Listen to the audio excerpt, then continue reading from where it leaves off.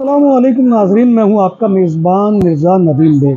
ناظرین محترم، UK کے انتخابات میں بہت بڑی تبدیلی آ گئی ہے، یعنی کہ رشی سوناک کی حکومت کا خاتمہ بھی ہو گیا ہے اور ان کی پارٹی کو بھی حکومت سازی کے عمل میں وہ فراغت مل گئی ہے۔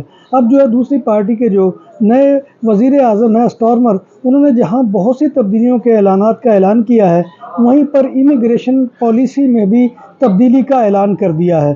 اور اب یہ پالیسی جو پہلے ہوتی تھی، یعنی حکومت نے اعلان کیا تھا کہ جو بھی انلیگل امیگرینٹ وہ UK میں داخل ہوں گے، ان کو فوری طور پر روانڈا بھیج دیا جائے گا۔ روانڈا ایک افریقہ کا ملک تھا جہاں پر UK نے ڈیٹینشن سینٹر بنایا تھا اور وہاں پر اسائلم سیکرز کو رکھا جانا تھا۔